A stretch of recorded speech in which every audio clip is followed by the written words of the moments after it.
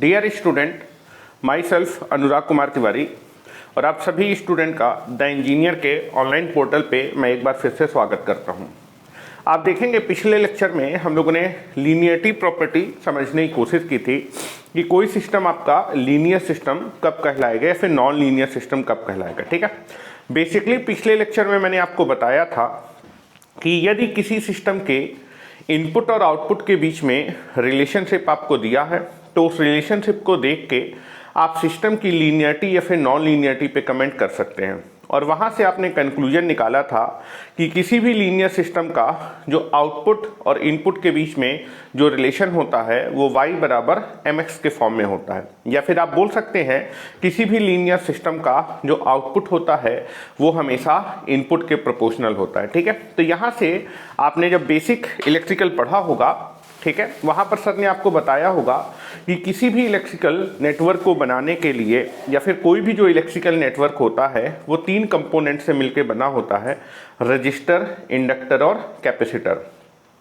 और ये आपके तीनों के तीनों एलिमेंट जनरली आपके लीनियर एलिमेंट होते हैं। ठीक है, और अगर ये लीनियर एलिमेंट होते हैं तो आप देखेंगे कि ये अगर आपके जो है ये तीनों के तीनों एलिमेंट लीनियर होते हैं तो ये आपके दो प्रॉपर्टी को सेटिस्फाई करेंगे। पहली होगी एडिटिविटी प्रॉपर्टी और दूसरी होगी होमोजेनिटी प्रॉपर्टी। ठीक है, तो ये चीज मैं आपको यहाँ पर आपको शो करके दिखा देता हूँ कि रजिस्टर, इंडक्टर और कैपेसिटर आपके लीनियर एलिमेंट होते हैं और जो एलिमेंट लीनियर होगा वो आपकी दो प्रॉपर्टी हमेशा फॉलो करेगा। पहली प्रॉपर्टी होगी एडिटिविटी प्रॉपर्टी और दूसरी होगी स्केलिंग प्रॉपर्टी। ठीक है, तो पहले हम लोग बात करते हैं जो रजिस्टर है। वैसे तो आपको जो है रजिस्टर के इनपुट और आउटपुट का रिलेशनशिप y बराबर mx के फॉर्म में होता है, क्योंकि जो रजिस्टर का वोल्टेज होता है दैट इज उसको हम ओम्स लॉ की हेल्प से निकाल सकते हैं, v बराबर i इंटू आर। v बराबर i into R, that format is nothing but the y बराबर mx। तो इस रिलेशनशिप को देख के आप बता सकते हैं कि जो रजिस्टर का इनपुट और आउटपुट, इनपुट को बोलते हैं एक्साइटेशन और आउटपुट को बोलते हैं रिस्पॉन्स। रिस्पॉन्स और एक्साइटेशन के बीच में y बराबर mx का रिलेशन होता है, या फिर आपका जो रिस्पॉन्स होता है that is proportional to excitation होता है in the case of register. वहां से आप डायरेक्टली बोल सकते हैं। अगर आपको कोई दिक्कत है तो आप देख सकते हैं कि जो भी एलिमेंट आपका जो है एडिटिविटी और होमोजेनिटी या फिर स्केलिंग प्रॉपर्टी को सेटिस्फाई करेगा वो हमेशा एक लीनियर नेटवर्क या फिर लीनियर एलिमेंट को शो करने वाला है। ठीक है, तो यहाँ पर चेक कर लेते हैं। पहले हम लोग बात कर रहे हैं रजिस्टर की, क्योंकि हम लाप्लास ट्रांसफॉर्म पढ़ रहे हैं। Laplace transform is nothing but the आपको एक इंटीग्रेशन कैलकुलेट करना पड़ता है। ठीक है, अगर आप किसी भी सिग्नल का लाप्लास ट्रांसफॉर्म निकालना चाहते हैं तो आपको एक इंटीग्रेशन कैलकुलेट करना पड़ेगा, और जो इंटीग्रेशन ऑपरेटर होता है वो आपका एडिटिविटी और होमोजेनिटी प्रॉपर्टी को सेटिस्फाई करता है, मतलब इंटीग्रेशन एक लीनियर ऑपरेटर होता है। ठीक है, और अगर इंटीग्रेशन एक लीनियर ऑपरेटर है तो लाप्लास ट्रांसफॉर्म भी एक लीनियर ऑपरेटर है। अगर लाप्लास ट्रांसफॉर्म लीनियर ऑपरेटर है तो लीनियरिटी प्रॉपर्टी को सेटिस्फाई करेगा। इस चीज को मैं शो करना चाहता हूं, ठीक है, इसलिए मैं ये सारी चीजें आपको पढ़ा रहा हूं बेसिक से। ठीक है, तो पहले मैं तीनों एलिमेंट के बारे में बता देता हूं और वहां से आपको मालूम चल जाएगा कि इंटीग्रेशन और जो डिफरेंशियल ऑपरेटर हैं वो लीनियर ऑपरेटर होते हैं। ठीक है, तो हम लोग पहले बात कर रहे हैं रजिस्टर के बारे में। ठीक है, दैट इज रजिस्टर। ठीक है, रजिस्टर एक लीनियर एलिमेंट होता है, इस चीज को शो करना चाहते हैं। तो रजिस्टर के लीनियरिटी को शो करने के पहले रजिस्टर के इनपुट और आउटपुट के बीच में रिलेशन मालूम होना चाहिए। अगर आपको रिलेशन मालूम है किसी भी एलिमेंट के और आप उसकी लीनियरिटी या फिर नॉन लीनियरिटी को चेक करना चाहते हैं तो लीनियरिटी और नॉन लीनियरिटी चेक करने के लिए आपको दो प्रॉपर्टी को चेक करना पड़ेगा, एडिटिविटी प्रॉपर्टी और स्केलिंग प्रॉपर्टी। एडिटिविटी प्रॉपर्टी क्या थी?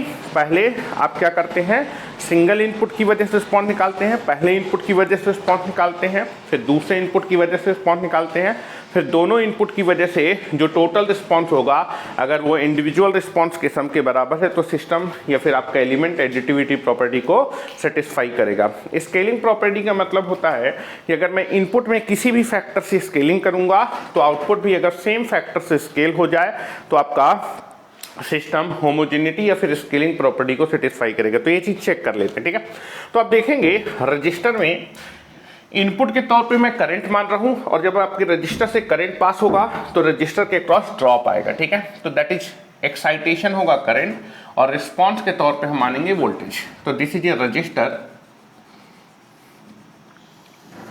This is a register. यहां पर मैंने R ओम का रजिस्टर लिया है। इस रजिस्टर से कितना करंट फ्लो कर रहा है बेटा? I करंट फ्लो कर रहा है, ठीक है। दैट इज इनपुट के तौर पे मैं करंट मान रहा हूं, ठीक है। रजिस्टर से कितना करंट फ्लो कर रहा है? I current. जब रजिस्टर से ये करंट फ्लो करेगा तो रजिस्टर के क्रॉस क्या होगा? ड्रॉप। तो this is input and this is output, या फिर this is excitation and this is response. तो रजिस्टर के वोल्टेज और करंट, अगर आपको रजिस्टर का करंट मालूम है, रजिस्टेंस मालूम, तो रजिस्टर के वोल्टेज को निकाल सकते हैं। तो आप देखेंगे रजिस्टर के वोल्टेज और करंट के बीच वोल्टेज को निकालने के लिए आप ओम्स लॉ यूज कर सकते हैं। तो रजिस्टर के वोल्टेज, करंट और रजिस्टेंस के बीच में क्या रिलेशन होता है? V बराबर I into R, this is the relation, ठीक है। या फिर इसी रिलेशन को आप ऐसे भी लिख सकते हैं, दैट इज V बराबर R इंटू आई। रिलेशन आपको क्लियर है? That is this is input and this is output. आपका रजिस्टर का जो आउटपुट है, that resistance is a constant number, तो output is proportional to input. तो आप देखेंगे अगर आपके किसी भी सिस्टम में आउटपुट इनपुट के प्रोपोर्शनल है तो वो कैसे एलिमेंट को शो करता है? लीनियर एलिमेंट को शो करता है। या फिर आप इसको चेक कर सकते हैं, लीनियरिटी चेक करने के लिए आपको दो प्रॉपर्टी को चेक करना पड़ेगा। पहली प्रॉपर्टी होगी एडिटिविटी प्रॉपर्टी, ठीक है। एडिटिविटी प्रॉपर्टी हम लोग चेक कर रहे हैं, ठीक है।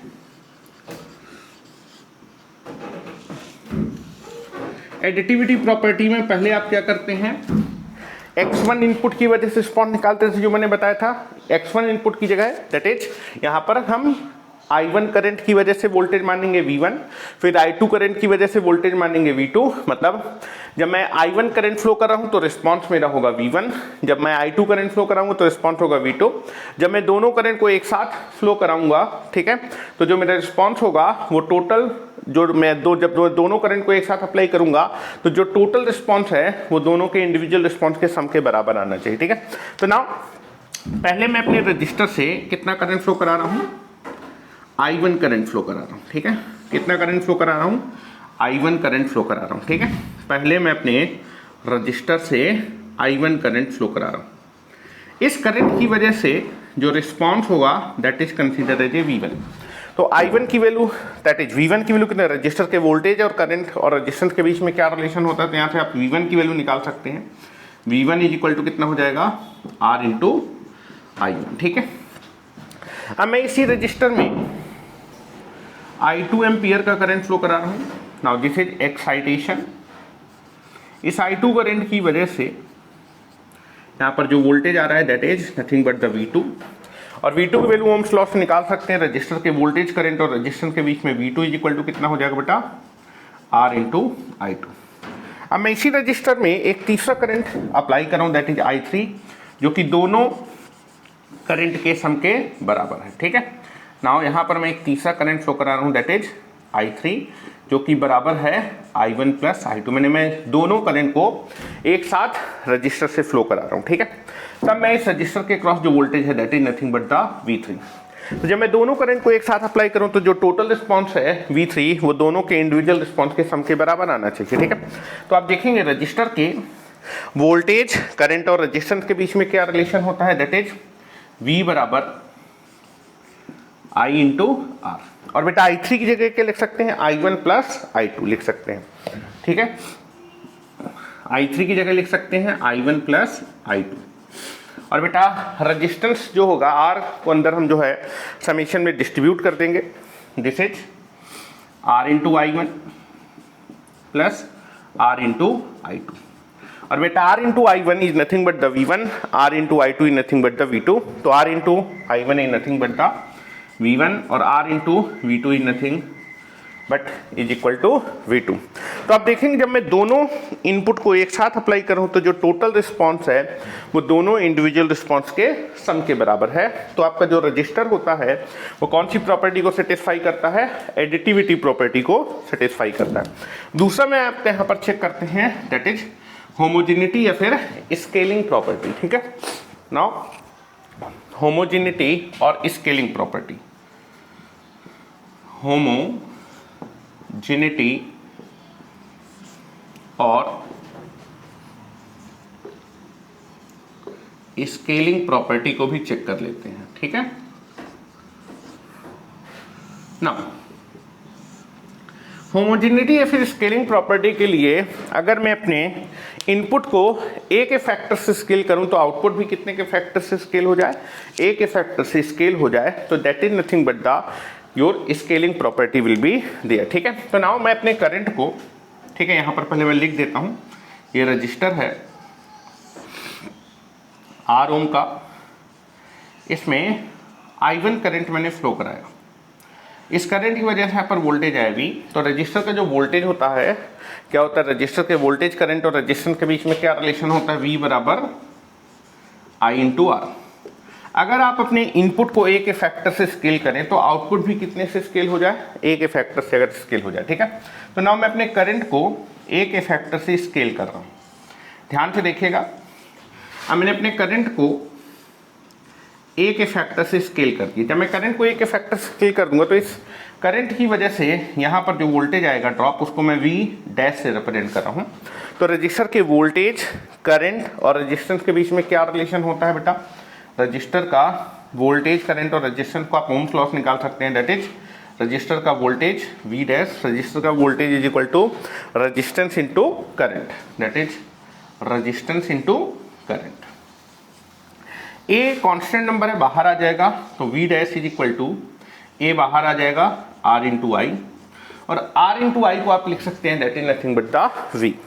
तो वी डैश की वैल्यू जो होगी that is nothing but the A into we.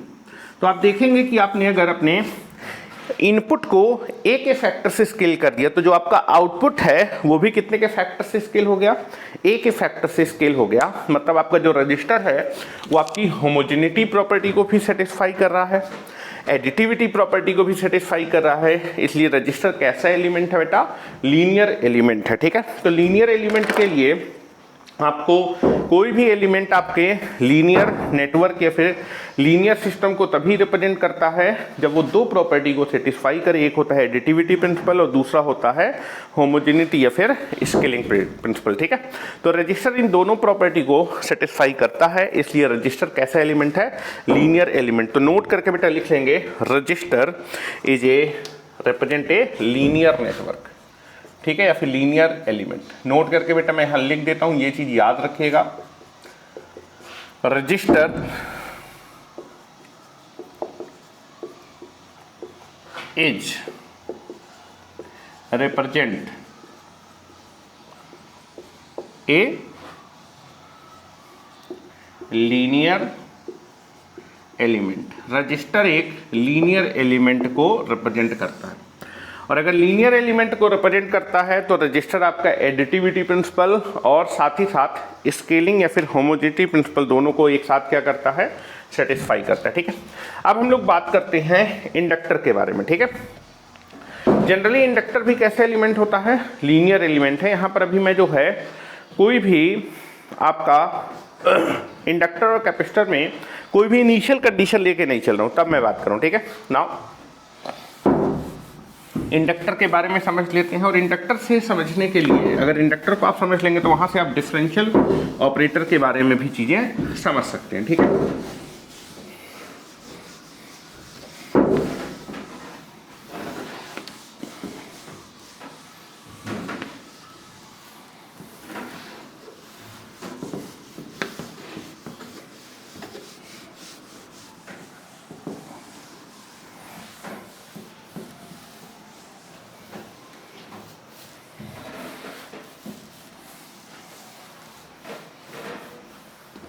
Next है आपके पास इंडक्टर।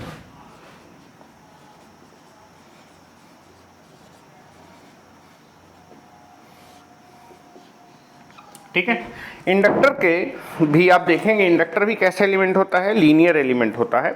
इस चीज को प्रूव करने के लिए सबसे पहले आप इंडक्टर के एक्साइटेशन और रिस्पांस के बीच में रिलेशन निकाल लेते तो एक्साइटेशन के तौर पे, इनपुट के तौर पे हमेशा मैं एलिमेंट करंट कंसीडर कर रहा हूं, और बेटा करंट की वजह से क्या डेवलप होगा, वोल्टेज। तो voltage nothing but the response. ठीक है, तो अगर आपको इंडक्टर की लीनियरिटी या फिर नॉन लीनियरिटी चेक करनी है तो सबसे पहले इंडक्टर के इनपुट और आउटपुट के बीच में रिलेशन मालूम होना चाहिए, और रिलेशन की हेल्प से हम लोग देखेंगे कि अगर इंडक्टर एडिटिविटी और आपका स्केलिंग प्रॉपर्टी को सेटिस्फाई करेगा, तो एक लीनियर एलिमेंट को शो करेगा। ठीक है, तो पहले हम लोग जो है इंडक्टर के एक्साइटेशन और रिस्पॉन्स के बीच में रिलेशन देख लेते हैं, क्या रिलेशन होता है। Now consider a inductor.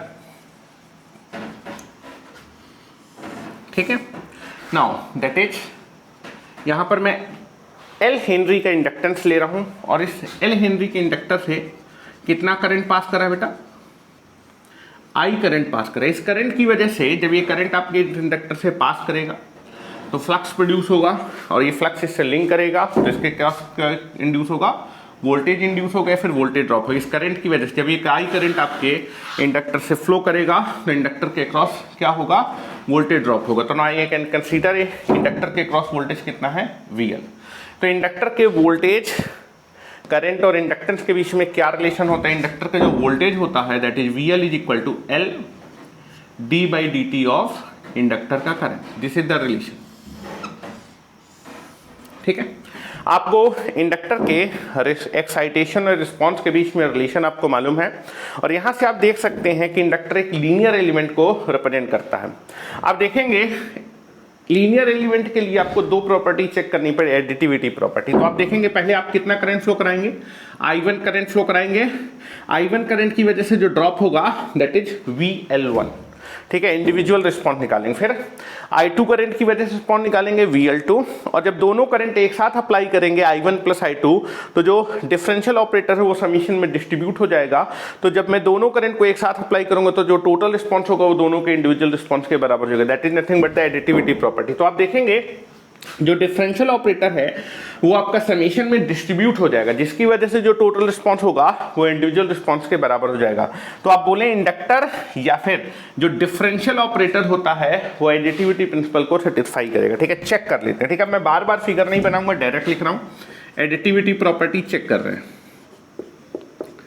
Additivity पहले हम लोग चेक कर रहे हैं additivity property. Additivity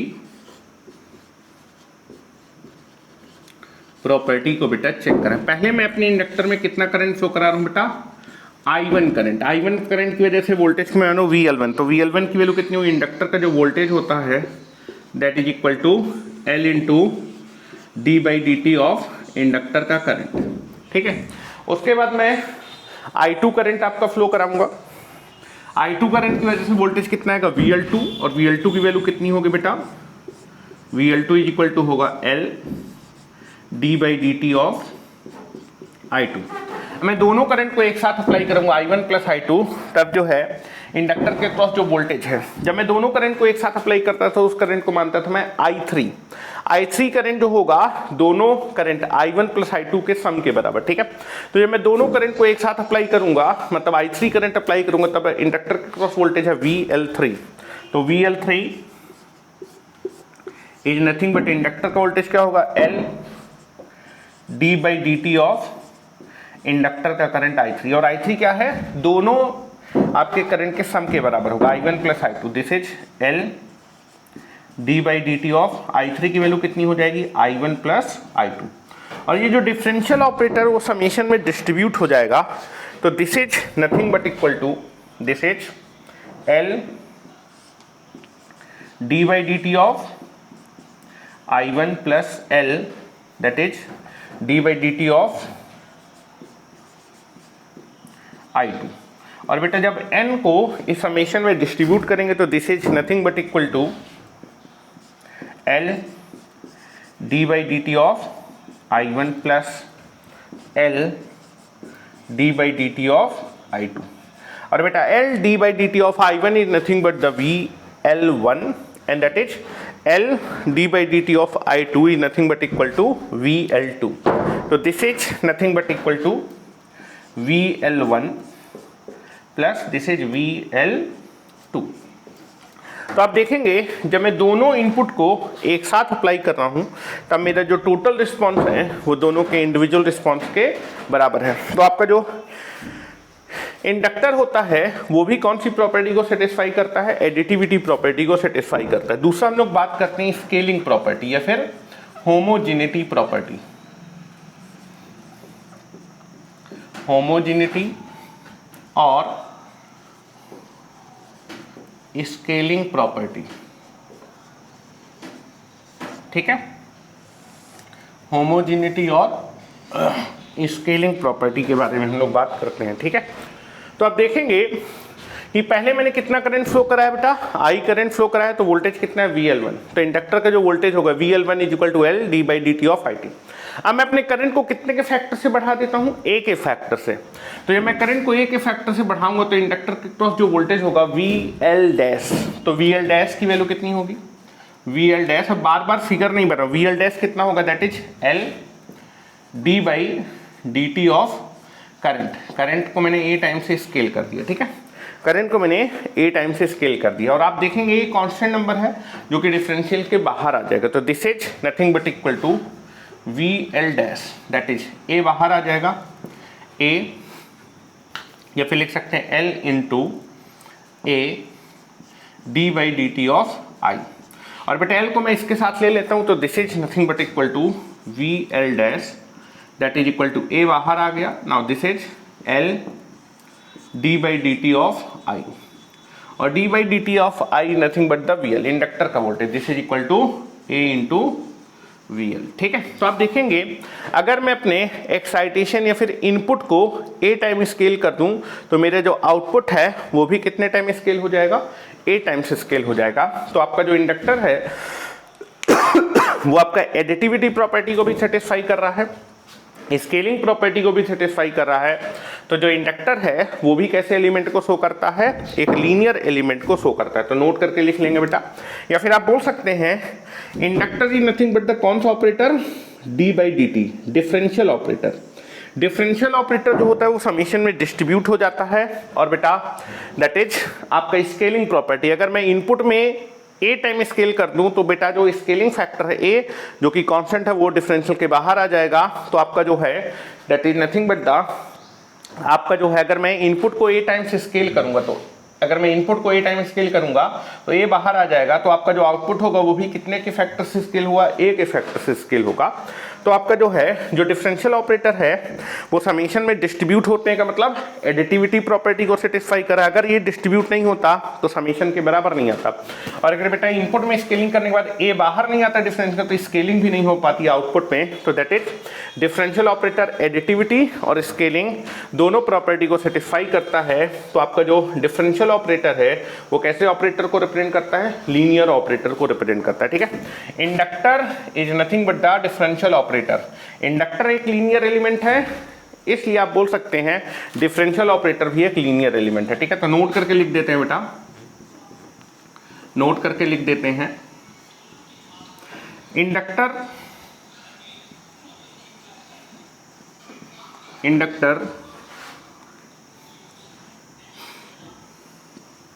is represents a linear element। जो आपका इंडक्टर होता है वो भी कैसे एलिमेंट को रिप्रेजेंट करता है बेटा, लीनियर एलिमेंट को रिप्रेजेंट करता है। ठीक है, तो ये चीज याद रखेंगे। इंडक्टर बोलिए या फिर आपका इंडक्टर के फार्मूले में कौन सा ऑपरेटर आता है, डिफरेंशियल ऑपरेटर आता है। तो डिफरेंशियल ऑपरेटर भी एक लीनियर एलिमेंट को रिप्रेजेंट करता है। ठीक है, अब बात करते हैं कैपेसिटर के बारे में। ठीक है, next discussion is nothing but the capacitor. ठीक है, तो इतना मैं आशा कर रहा हूं कि इतना आपको आसानी से समझ में आ गया होगा।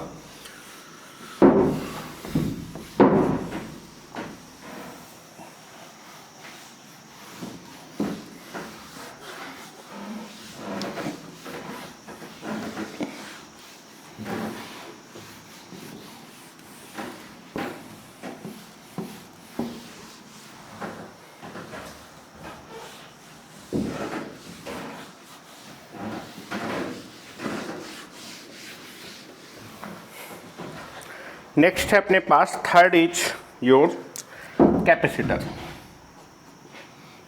कैपेसिटर कैसे एलिमेंट को रिप्रेजेंट करता है,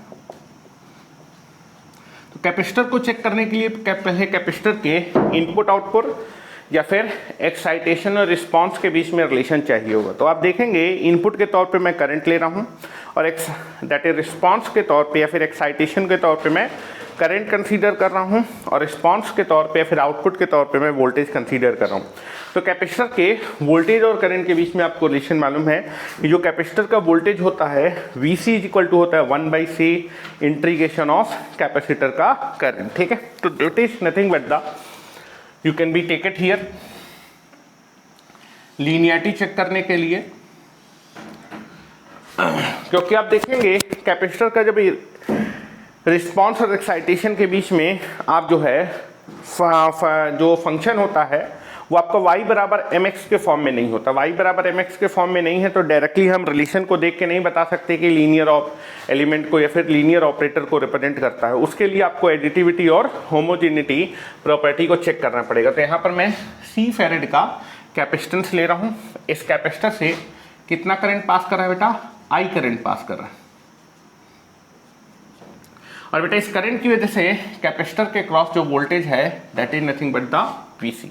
तो कैपेसिटर का जो वोल्टेज होता है Vc इज इक्वल टू होता है 1/c इंटीग्रेशन ऑफ कैपेसिटर का current into dt। This is the relation between the capacitor voltage and current, या फिर आप बोल सकते हैं कैपेसिटर के एक्साइटेशन और रिस्पॉन्स के बीच में रिलेशन है। इस रिलेशन को देख के, टाइम डोमेन के रिलेशन को देख के आप नहीं बता सकते, क्योंकि लीनियर एलिमेंट है तो y बराबर mx के फॉर्मेट होना चाहिए। y बराबर mx का फॉर्मेट डायरेक्टली नहीं दिख रहा है। तो लीनियरिटी चेक करने के लिए कि आपका कैपेसिटर लीनियर एलिमेंट है कि नॉन लीनियर एलिमेंट है, आपको एडिटिविटी और स्केलिंग प्रॉपर्टी को चेक करना पड़ेगा। और कैपेसिटर अगर लीनियर निकलेगा तो विच ऑपरेटर, इंटीग्रल ऑपरेटर भी वैसा बिहेवियर करेगा, ठीक है। तो आपको दिख रहा होगा एडिटिविटी प्रॉपर्टी के लिए पहले मैं कितना करंट आपको अप्लाई करूंगा? I1 current. I1 करंट की वजह से कैपेसिटर के क्रॉस जो वोल्टेज होगा दैट इज Vc1। तो Vc1 की वैल्यू कितनी हो जाएगा बेटा? 1/c इंटीग्रेशन ऑफ कैपेसिटर का current that is I1 into dt। उसके बाद जब मैं कैपेसिटर से I2 करंट पास करूंगा तो कैपेसिटर के क्रॉस जो वोल्टेज है उसको रिप्रेजेंट करूंगा Vc2 से। और फिर उसके बाद जब मैं दोनों करंट को मैं एक साथ अप्लाई करूंगा या फिर पास करूंगा, उसको मैं I3 से प्रिंट करता। I3 किसके बराबर होगा? I1 plus I2। I3 current की वजह से कैपेसिटर के क्रॉस जो वोल्टेज होगा Vcc से प्रिंट करूंगा। और जब बेटा मैं दोनों करंट को एक साथ अप्लाई करूंगा तो जो टोटल रिस्पॉन्स है Vc3 वो दोनों आपके इंडिविजुअल रिस्पॉन्स के सम के बराबर आना चाहिए, मतलब Vc1 प्लस Vc2 के बराबर आना चाहिए। तो चेक करते हैं एडिटिविटी प्रॉपर्टी। एडिटिविटी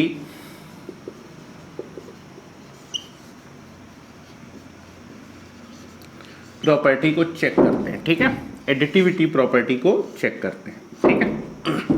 तो now you can be take it here. आपका जो है दिस इज, पहले मैं आपके कैपेसिटर से कितना करंट पास कर रहा हूँ I1। Excitation is I1, response is Vc1। तो Vc1 की बेटा वैल्यू कितनी हो जाएगी? Vc1 कैपेसिटर का वोल्टेज क्या होगा? 1/c that is 1/c integration of capacitor का करंट। कैपेसिटर करंट कितना है? I1, ठीक है। उसके बाद मैं I2 करंट पास करूंगा, तब मैं कैपेसिटर के वोल्टेज को रिप्रेजेंट Vc2 जिसकी वैल्यू होगी 1/c इंटीग्रेशन ऑफ कैपेसिटर का करंट I2 इंटू dt। अब मैं दोनों करंट को एक साथ अप्लाई करूंगा। दोनों करंट को एक साथ अप्लाई करने का मतलब I3 करंट, तब कैपेसिटर के क्रॉस जो वोल्टेज है that is Vc3 is equal to 1/c integration of capacitor का करंट I3 इंटू dt। और I3 क्या है बेटा? दोनों करंट के सम के बराबर, मतलब मैं दोनों करंट को एक साथ अप्लाई कर रहा हूँ। I3 की वैल्यू कितनी हो जाएगी? I1 plus I2।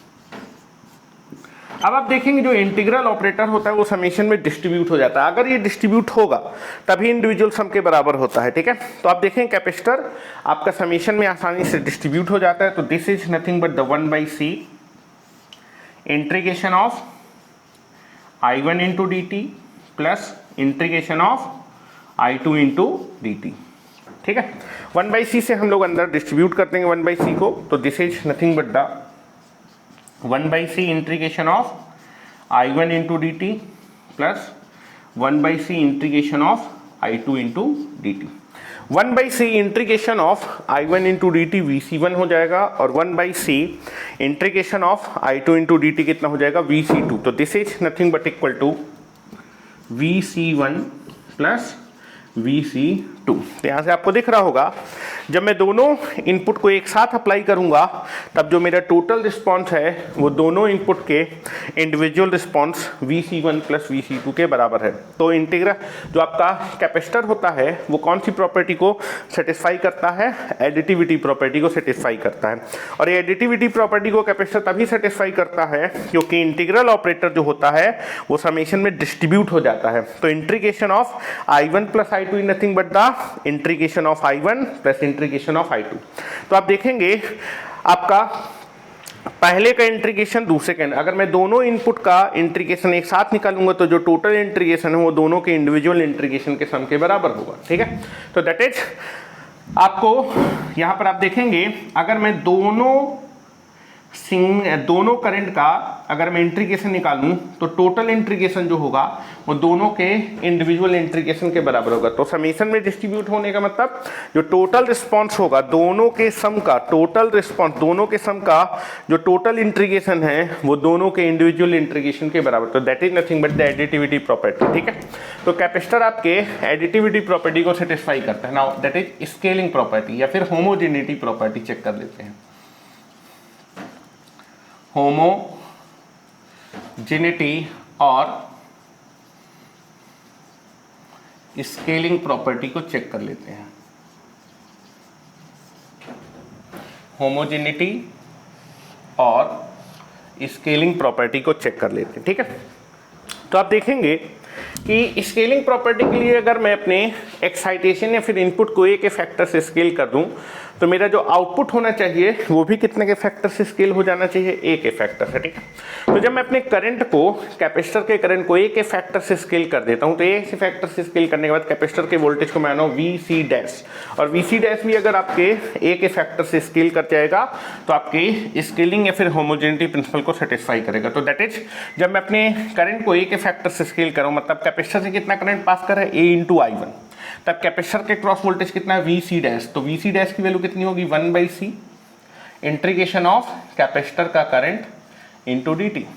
और आपको मालूम है जो आपका constant A is a constant number या फिर scaling factor constant number integration के बाहर आ जाता है। तो that is Vc dash is nothing but the 1 या फिर a/c integration of I into dt। इसको लिख सकते हैं that is Vc dash is nothing but the a into 1/c integration of I into dt, और 1/c integration of I into dt is nothing but the capacitor voltage.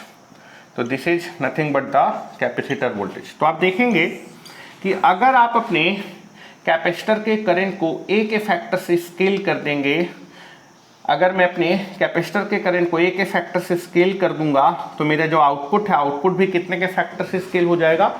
ए के factor से scale हो जाएगा। तो आपका जो कैपेसिटर है वो भी आपके कौन से प्रॉपर्टी को सेटिस्फाई कर रहा है? होमोजेनिटी प्रॉपर्टी को सेटिस्फाई। तो कैपेसिटर आपका एडिटिविटी और होमोजेनिटी या फिर स्केलिंग प्रॉपर्टी को एक साथ सेटिस्फाई करता है, इसलिए कैपेसिटर भी कैसा एलिमेंट है? That is nothing but a linear element को रिप्रेजेंट करता है। और ऐसा इसलिए है क्योंकि कैपेसिटर बोलिए या फिर इंटीग्रल ऑपरेटर, अगर मैं इंटीग्रल के बारे में बता देता हूँ, अगर मैं दोनों इनपुट का या फिर मैं अगर दोनों सिग्नल का इंटीग्रेशन अगर एक साथ निकालूं तो जो टोटल इंटीग्रेशन होगा वो दोनों के इंडिविजुअल इंटीग्रेशन के बराबर होगा। ठीक है, अगर मैं इनपुट में ए के फैक्टर से स्केल कर दूंगा तो मेरा इंटीग्रेशन भी कितने के फैक्टर से स्केल हो जाएगा? ए के फैक्टर से, क्योंकि स्केलिंग फैक्टर अगर मैं इनपुट वाले सिग्नल को ए के फैक्टर से स्केल करूंगा तो जो स्केलिंग फैक्टर है वो कांस्टेंट है, वो इंटीग्रेशन के बाहर आ जाएगा। तो इंटीग्रेशन भी कितने के फैक्टर से स्केल हो जाएगा? ए के फैक्टर से इंटीग्रेशन भी स्केल हो जाएगा। तो इंटीग्रल ऑपरेटर या फिर आप बोल सकते हैं कैपेसिटर कौन से प्रॉपर्टी को सेटिस्फाई करे? एडिटिव और होमोजेनिटी प्रॉपर्टी को एक साथ सेटिस्फाई करे। तो कैपेसिटर भी कैसे एलिमेंट को शो करता है? लीनियर एलिमेंट को शो कर सकता है। ठीक है, नोट कैपेसिटर इज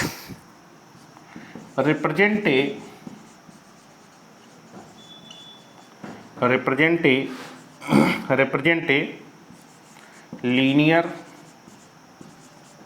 एलिमेंट। ठीक है, कैपेसिटर आपके एक ऐसे एलिमेंट को रिप्रेजेंट करता है बेटा, लीनियर एलिमेंट को रिप्रेजेंट करता है। ठीक है, तो यहाँ से हमें ये चीज़ समझ में आई कि जितने भी आपके कंपोनेंट होते हैं किसी भी इलेक्ट्रिकल नेटवर्क को बनाने के लिए। फिर आप बोल सकते हैं इलेक्ट्रिकल नेटवर्क को बनाने के लिए जनरली हम 3 ही कंपोनेंट यूज करते हैं, RLC, और RLC जनरली कैसे एलिमेंट होते हैं, लीनियर एलिमेंट को रिप्रेजेंट करते हैं, ठीक है।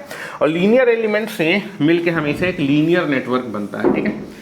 दूसरा हम लोगों ने बात किया कि जो डिफरेंशियल और इंटीग्रल ऑपरेटर होते हैं वो भी कैसे ऑपरेटर होते हैं, लीनियर ऑपरेटर होते हैं। इस चीज को मैं आपको एक बार और समझाने की कोशिश करता हूं, समझिएगा बहुत ही ढंग से, ठीक है। क्योंकि लाप्लास पढ़ना है, Laplace is nothing but the you can B calculative one integration, तो इंटीग्रल और डिफरेंशियल ऑपरेटर को भी आपको समझने की कोशिश करनी है, ठीक है।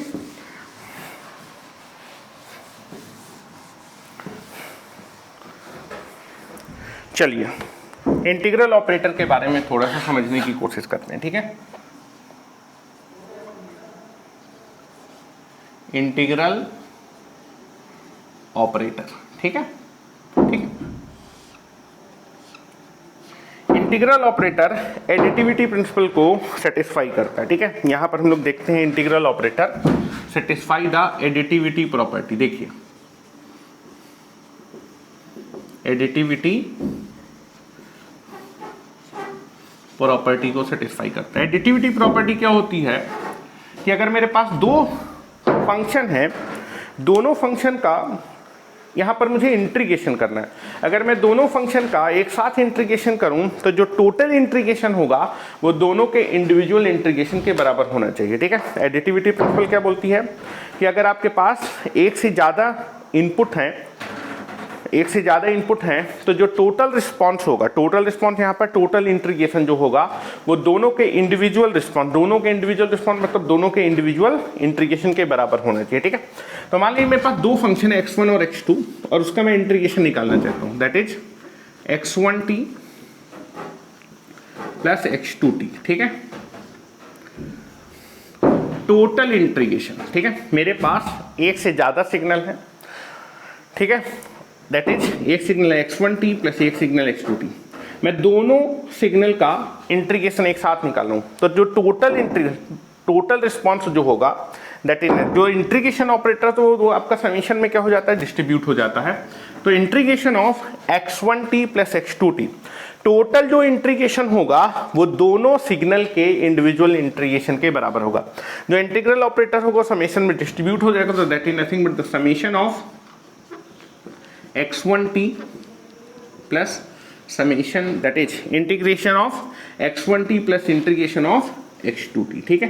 तो यहां से आपको दिख रहा होगा कि अगर मैं दोनों सिग्नल का टोटल इंटीग्रेशन निकालूं, मतलब दोनों सिग्नल की वजह से जो टोटल रिस्पांस होगा वो दोनों सिग्नल के इंडिविजुअल रिस्पांस के बराबर होगा, ठीक है। तो यहाँ पर individual response nothing but the integration, तो दोनों सिग्नल का जो टोटल इंटीग्रेशन है वो दोनों सिग्नल के इंडिविजुअल इंटीग्रेशन के बराबर। तो इंटीग्रल ऑपरेटर कौन सी प्रॉपर्टी को सेटिस्फाई करता है, एडिटिविटी प्रॉपर्टी को सेटिस्फाई करता है। तो यहाँ लिख देता हूं integral operator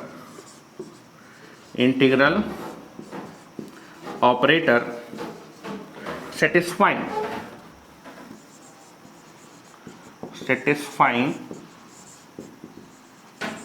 the additivity principle, satisfying the additivity principle।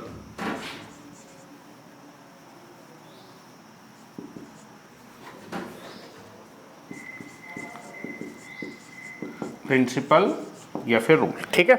दूसरा जो इंटीग्रल ऑपरेटर होता है वो स्केलिंग या फिर होमोजेनिटी प्रॉपर्टी को भी सेटिस्फाई करता है। इसको भी मैं दिखा देता हूं, दैट इज स्केलिंग और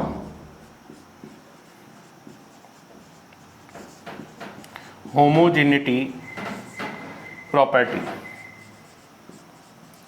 स्केलिंग या फिर होमोजेनिटी प्रॉपर्टी होती है कि अगर आप अपने इनपुट को या फिर अपने सिग्नल को ए के फैक्टर से बढ़ा दूं, अगर मैं इंटीग्रेशन के अंदर जो सिग्नल है उसको ए फैक्टर से बढ़ा दूं तो मेरा जो टोटल इंटीग्रेशन है वो भी कितने के फैक्टर से स्केल कर जाएगा, ए के फैक्टर से, ठीक है। तो मान लीजिए मेरे पास एक सिग्नल xt था, ठीक है, नाउ दिस इज xt।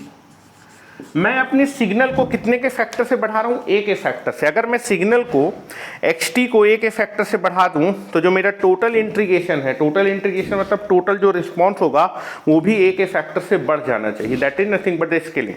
तो अगर मैं अपने सिग्नल को कितने के फैक्टर से बढ़ा दूं, a के फैक्टर से, मैंने अपने सिग्नल को a के फैक्टर से बढ़ा दिया तो जो मेरा टोटल रिस्पॉन्स है, टोटल रिस्पॉन्स का मतलब मैं इंटीग्रेशन कैलकुलेट कर रहा हूं, तो मेरा जो टोटल इंटीग्रेशन होना चाहिए वो भी कितने के फैक्टर से बढ़ जाना चाहिए। तो मैंने क्या किया, अपने सिग्नल को a के फैक्टर से बढ़ा दिया। अब मैं टोटल इंटीग्रेशन को कैलकुलेट, ये टोटल जो इंटीग्रेशन है वो भी कितने के फैक्टर से बढ़ जाना चाहिए, a के factor, that is nothing but the a जो कि स्केलिंग फैक्टर जो कि कांस्टेंट होता है, आपका कांस्टेंट कोई भी कांस्टेंट नंबर इंटीग्रेशन के बाहर आ जाएगा, तो that is nothing but equal to a into a बाहर आ जाएगा इंटीग्रेशन के, that is equal to integration of xt into D T. तो आप देखेंगे कि अगर मैं अपने सिग्नल को a के फैक्टर से बढ़ा दूं तो जो मेरा टोटल इंटीग्रेशन है, ये जो टोटल इंटीग्रेशन है वो भी कितने के फैक्टर से, इंटीग्रेशन मेरा कितने के फैक्टर से बढ़ गया, जो मेरा टोटल इंटीग्रेशन आएगा दैट इज जो भी पहले मेरे इंटीग्रेशन, आप देखेंगे अगर मैं अपने सिग्नल को, पहले मेरे पास सिग्नल क्या था xt, इंटीग्रेशन ऑफ xt, ठीक है, मैंने क्या किया, इंटीग्रेशन ऑफ xt था मेरे पास, this is nothing but the response, ठीक है। अगर मैं अपने सिग्नल को xt को a के फैक्टर से बढ़ा दूं तो जो मेरा टोटल इंटीग्रेशन है a के फैक्टर से मैं अगर इंटीग्रेशन को बढ़ा दूंगा तो मेरा जो इंटीग्रेशन था वो भी कितने के फैक्टर से बढ़ जाएगा, a के फैक्टर से, ठीक है। इसको मैं एक बार फिर से समझाने की कोशिश करता हूँ। तो पहले मेरे पास इंटीग्रेशन था, मेरे पास एक सिग्नल था xt जिसका मुझे इंटीग्रेशन कैलकुलेट करना था, ठीक है। तो xt का जो इंटीग्रेशन होगा वो क्या था, integration of xt dt, xt के इंटीग्रेशन को मैं इससे रिप्रेजेंट करूंगा, ठीक है। ये मेरे पास इंटीग्रेशन था। अब मैं क्या करने वाला हूं, आप अपने सिग्नल को कितने के फैक्टर से बढ़ा देंगे, a के फैक्टर से। अगर मैं अपने सिग्नल को xt को a के फैक्टर से बढ़ा दूं तो सिग्नल को a के फैक्टर से बढ़ाने के बाद जो टोटल इंटीग्रेशन होगा उसकी जो वैल्यू आएगी वो पहले इंटीग्रेशन का कितना फैक्टर बढ़ जाएगा, a के फैक्टर। तो अगर मेरे पास इंटीग्रेशन था integration of xt into D T, इस इंटीग्रेशन में मैंने अपने सिग्नल को कितने के फैक्टर से बढ़ा दिया, a के फैक्टर से बढ़ा दिया। मैंने अपने सिग्नल को a के फैक्टर से बढ़ा दिया, सिग्नल को a के फैक्टर से बढ़ाने के बाद जो मेरा टोटल रिस्पॉन्स है, फिर जो टोटल इंटीग्रेशन है उसको मैं कैलकुलेट करूंगा। क्योंकि a मेरा स्केलिंग फैक्टर है जो कि कांस्टेंट होता है, कांस्टेंट नंबर इंटीग्रेशन के बाहर आ जाएगा, तो दैट इज a बाहर आ जाएगा, that is integration of xt into D T. तो आप देखेंगे जब आप अपने सिग्नल को a के फैक्टर से बढ़ा देंगे तो आपका जो टोटल इंटीग्रेशन होगा, दैट इज वो कितने के फैक्टर है, पहले से कितना बढ़ गया, a के फैक्टर से। अगर आपने अपने सिग्नल या फिर आपने अपने इनपुट को a के फैक्टर से बढ़ाया तो आपका जो टोटल रिस्पॉन्स है वो पहले से कितने टाइम्स बढ़ गया, पहले से a टाइम्स बढ़ गया। अगर आपने अपने सिग्नल को a के फैक्टर से स्केल किया तो जो टोटल इंटीग्रेशन था वो पहले की अपेक्षा कितने टाइम्स बढ़ गया, a टाइम्स बढ़ गया।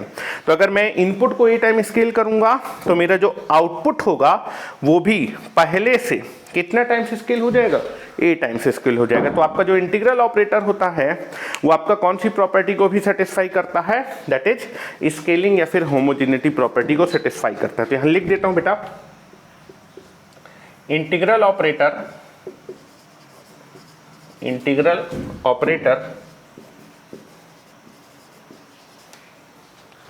is also satisfying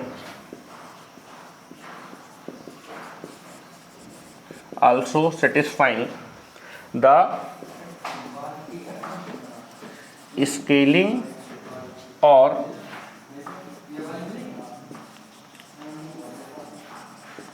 homogeneity property. और अगर इंटीग्रल ऑपरेटर आपका एडिटिविटी और होमोजेनिटी या फिर स्केलिंग प्रॉपर्टी को एक साथ सेटिस्फाई कर रहा है तो जो इंटीग्रल ऑपरेटर होता है वो कौन सा ऑपरेटर होता है बेटा, लीनियर ऑपरेटर होता है। नोट करके लिखेंगे, वेरी वेरी इंपॉर्टेंट, ये सारी चीज़ें कोई नहीं समझाता है, मैं आपको पहले बता रहा हूँ, ठीक है। आप चीज़ें रखते रह जाएंगे तो रखते ही रह जाएंगे। जो चीज़ मैं आपको बता रहा हूँ बहुत कायदे से समझिए। हो सकता है पहली बार पढ़ रहा हूँ चीज़ें डिफ़िकल्ट लग रही हूँ, लेकिन आगे आपको सारी की सारी चीज़ें बहुत सिंपल लगने लगेंगी, क्योंकि जो भी चीज़ें बता रहा हूँ सारी रिलेटेड हैं, ठीक है। ये चीज़ें आपको कहीं मिलने नहीं वाली हैं। तो यहाँ पर एक चीज़ ध्यान रखेंगे, that is integral operator is always represent a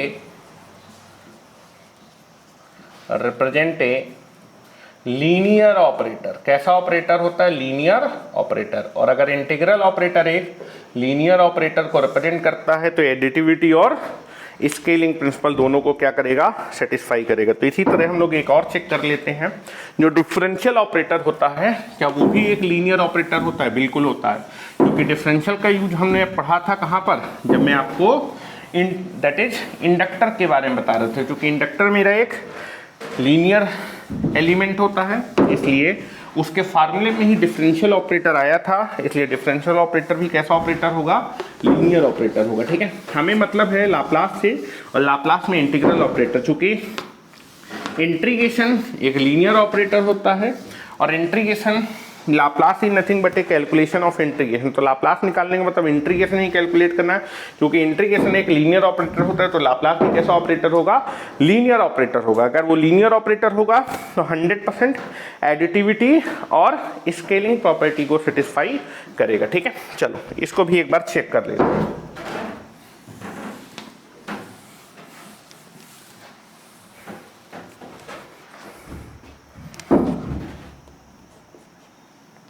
Now differential operator, differential operator d by dt के बारे में हम लोग चेक कर रहे हैं। क्या डिफरेंशियल ऑपरेटर एक लीनियर ऑपरेटर होता है कि नहीं होता? प्रीवियस लेक्चर मैंने इसीलिए पढ़ाया था कि ये सारी चीजें आपको समझ में है, ठीक है। तो आप देखते हैं जो डिफरेंशियल ऑपरेटर है इसकी लीनियरिटी चेक करने के लिए दो प्रॉपर्टीज को हमें देखना पड़ेगा, चेक करना पड़ेगा। एडिटिविटी प्रिंसिपल और दूसरा होमोजेनिटी प्रिंसिपल, ठीक है। तो पहले चेक करते हैं क्या डिफरेंशियल ऑपरेटर एडिटिविटी प्रॉपर्टी को सेटिस्फाई कर रहा है कि नहीं। एडिटिविटी प्रॉपर्टी,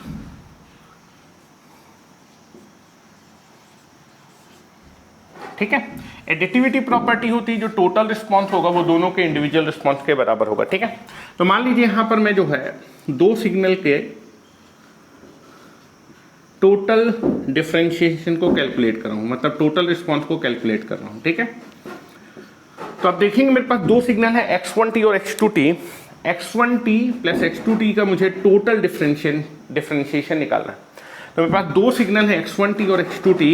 इन दोनों सिग्नल का जो टोटल रिस्पांस मतलब जो टोटल डिफरेंशिएशन होगा, दोनों सिग्नल का जो टोटल रिस्पांस या फिर टोटल डिफरेंशिएशन होगा वो दोनों के इंडिविजुअल डिफरेंशिएशन या फिर दोनों के इंडिविजुअल रिस्पांस के बराबर। चूंकि डिफरेंशियल ऑपरेटर समीशन में डिस्ट्रीब्यूट हो जाता है, that is nothing but the D by D T of x1t plus D by D T of x2t। तो यहां से आप देख सकते हैं अगर मैं दोनों सिग्नल का टोटल रिस्पांस निकालूंगा तो दोनों सिग्नल का जो टोटल रिस्पांस होगा वो दोनों सिग्नल के इंडिविजुअल रिस्पांस के सम के बराबर है। तो जो डिफरेंशियल ऑपरेटर है वो कौन सी प्रॉपर्टी को सेटिस्फाई करता है? एडिटिविटी प्रॉपर्टी को सेटिस्फाई करता है। Differential operator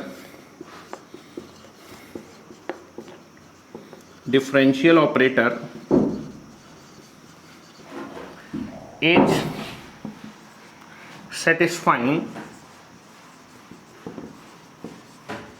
satisfying the additivity property, satisfying the additivity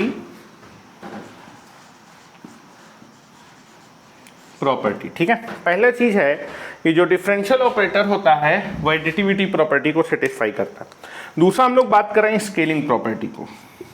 क्या डिफरेंशियल ऑपरेटर स्केलिंग प्रॉपर्टी को सेटिस्फाई करता है कि नहीं? स्केलिंग प्रॉपर्टी या फिर उसी को बोलते हैं होमोजेनिटी प्रॉपर्टी।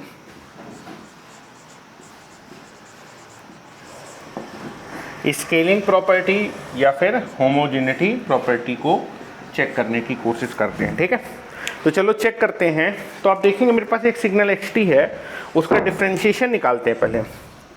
xt का जो डिफरेंशिएशन है उसको रिप्रेजेंट कर d/dt ऑफ xt, ठीक है।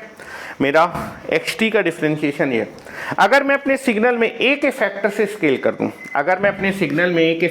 कर दूं, तो मेरा जो टोटल रिस्पॉन्स होगा, इनपुट को a के फैक्टर से टोटल रिस्पॉन्स मतलब जो टोटल डिफरेंशिएशन होगा वो पहले की अपेक्षा कितने टाइम्स बढ़ जाना चाहिए, a टाइम्स, ठीक है। तो मैं अपने सिग्नल को a के फैक्टर से स्केल कर रहा हूं, तो अपने सिग्नल को a के फैक्टर से स्केल, टोटल रिस्पॉन्स या फिर जो टोटल डिफरेंशिएशन होगा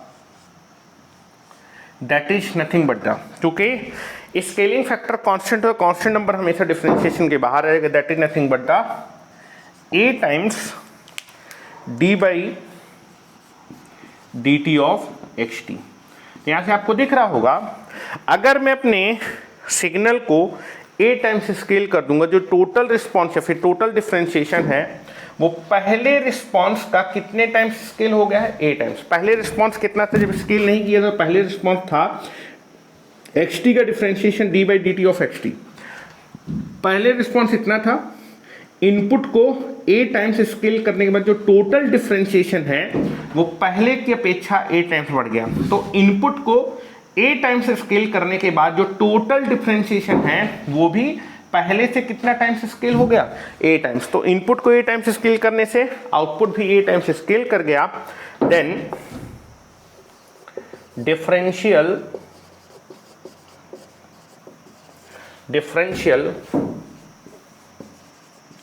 operator is also satisfying the scaling property or homogeneity property।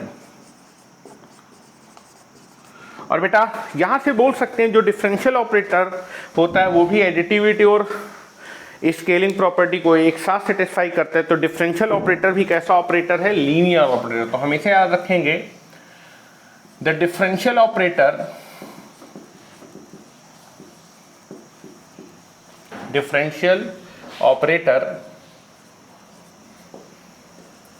Is always represent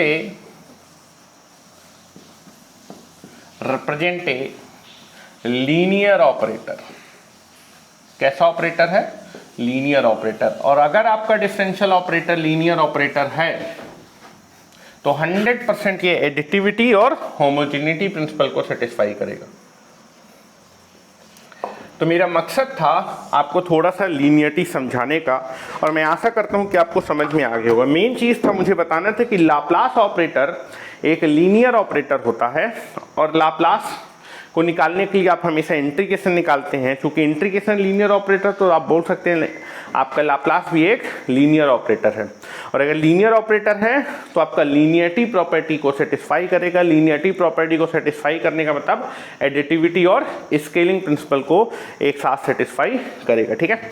तो नेक्स्ट लेक्चर से हम लोग अपने लाप्लास को कंटिन्यू करेंगे, और लाप्लास में हम लोग आगे लाप्लास की प्रॉपर्टी पढ़ेंगे। लाप्लास की प्रॉपर्टी पढ़ने से आपको मालूम होगा कि अगर आपको किसी एक सिग्नल का लाप्लास ट्रांसफॉर्म मालूम है तो आप दूसरे सिग्नल के लाप्लास को लाप्लास ट्रांसफॉर्म की प्रॉपर्टी का यूज करके बड़ी आसानी से निकाल सकते हैं। तो आज के लिए इतना ही रखते हैं। Thank you very much.